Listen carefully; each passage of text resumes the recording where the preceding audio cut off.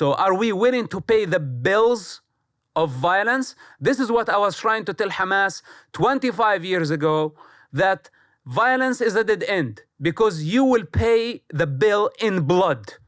But they wouldn't listen. My father wouldn't listen. Now the world, and especially the free world, is not listening.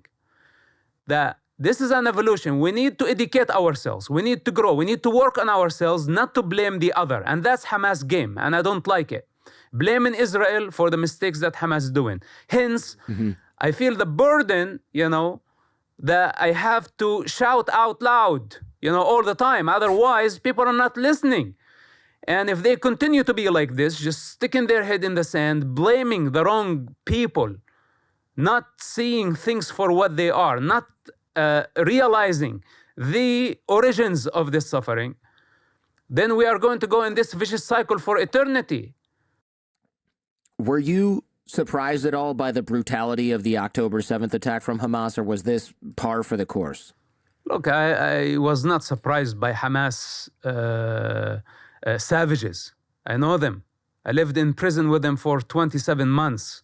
If you want to get to know somebody, live with them in a small room for 27 months. This is how you get to know someone. So I met many Hamas leaders in prison. I was there when Hamas was born and before Hamas was born. And I will be there after Hamas is dead. This is a promise that I give you. So it's not that I was surprised, but the scale of the attack was greater than I thought Hamas could manage. And that the fact that they captured everything on camera, on one hand is disgusting, and it's it gave us a setback in the human consciousness. But on the other hand, I want to say that Hamas made a mistake, because this is how they revealed their true nature to the world.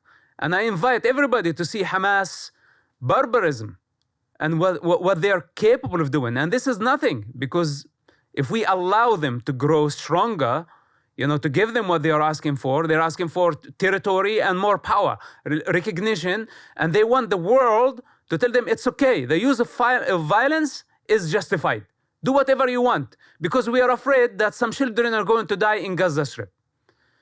So this is now the dilemma, the moral dilemma of the free world that all of us are struggling. On one hand, we're supposed to condemn a terrorist organization, but on the other hand, we don't want to see children dying, and everybody is emotional, and here we go. We are bending.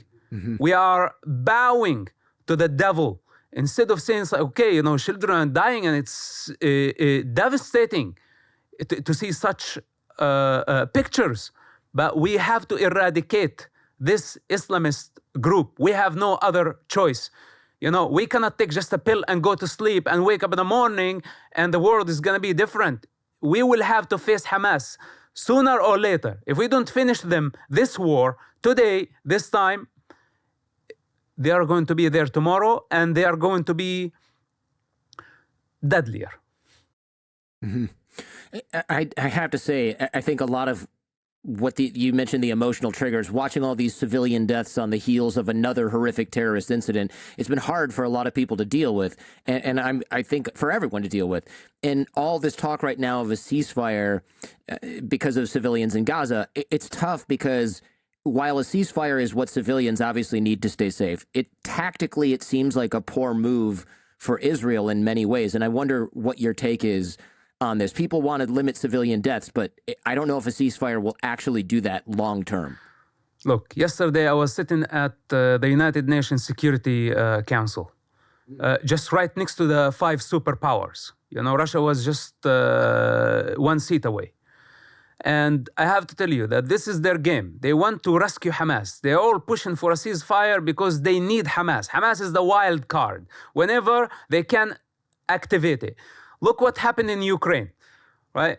And Putin was so desperate to change the world's attention from Ukraine to the Middle East. And he knew that the Middle East is such a sensitive, religious, the most vulnerable location. If you ignite just a small fire, it turns into a wildfire in no time, and nobody would even think or talk about Ukraine. And he succeeded in that. This is why, for Putin, who hosted Hamas how many times in the past year? How many trips Hamas leaders did to Moscow? And we need to ask Putin, what were they doing in Moscow, with the KGB? So anyway, this is a big game, and even Hamas, the fighters, they don't even know how they've been used by the superpowers. And today the United Nations comes again to rescue Hamas. This is not the first war between Israel and Hamas. This is, what is it, the fourth big war in Gaza? So basically this is their game. They are prepared for a short-term war, and they cannot stand a long-term war. What they need a quick ceasefire where they attack Israel, hurt it so bad, then Israel retaliates, many civilians die, Israel get condemned, Hamas get legitimacy, and more power, more money. This is their game. And, as someone who knows them very well and understand their mentality, I know their brain very well, I say, no, we cannot give them a ceasefire now. Well, I see the children dying on the other hand, but if we don't finish them now, what will happen tomorrow? And for all those who say ceasefire, I say, okay, if we want to go to this extent, and if you want a plan for a ceasefire, then I don't have a problem with it. Let's do a ceasefire. But I have some conditions. First of all, I would like for Hamas to return all the hostages, international and Israeli hostages. Second, Hamas need to give up power, get on a ship, and move to Algeria. In Algeria, they have the president of Algeria, the parliament of Algeria. They are very good friends with Hamas. And Algeria has got the olive trees, it's got the Mediterranean climate. It's perfect for Hamas. If they really love the Palestinian people, if they care for the Gazan children, if they want a real ceasefire to protect the children of Gaza, if this is really their intention and why they are begging for a ceasefire, then I say quit. Get on a ship, get on a boat, and get the hell out of Gaza. Let the people of Gaza be. Because the people of Gaza dying today because of Hamas, and because of Hamas only, who's using them as human shields. So now, this would solve the dilemma. You want a ceasefire? We cannot have a ceasefire while Hamas is the predator. Hamas is the one who's causing the death for all the children, gambling with children's blood. So if you want a ceasefire plan, then no problem. Hamas get out of Gaza. They will have a safe passage. If they want to keep their uniform, their guns, no problem. They can take their guns with them and get the hell out of Gaza and let their children live. Then I'm sure Israel will be willing to withdraw from Gaza and give Gaza back to the Palestinian Authority, more moderate ruler that is more accountable to the international community. They are corrupt. I don't like them either. But at least they are not using children, innocent civilians, as human shields.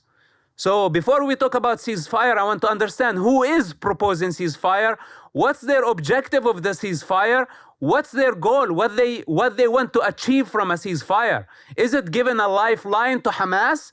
Then this ceasefire is a corrupt ceasefire. It's poisonous. It was not meant to save the children of Gaza. It was meant to save Hamas. And to that ceasefire, I say no.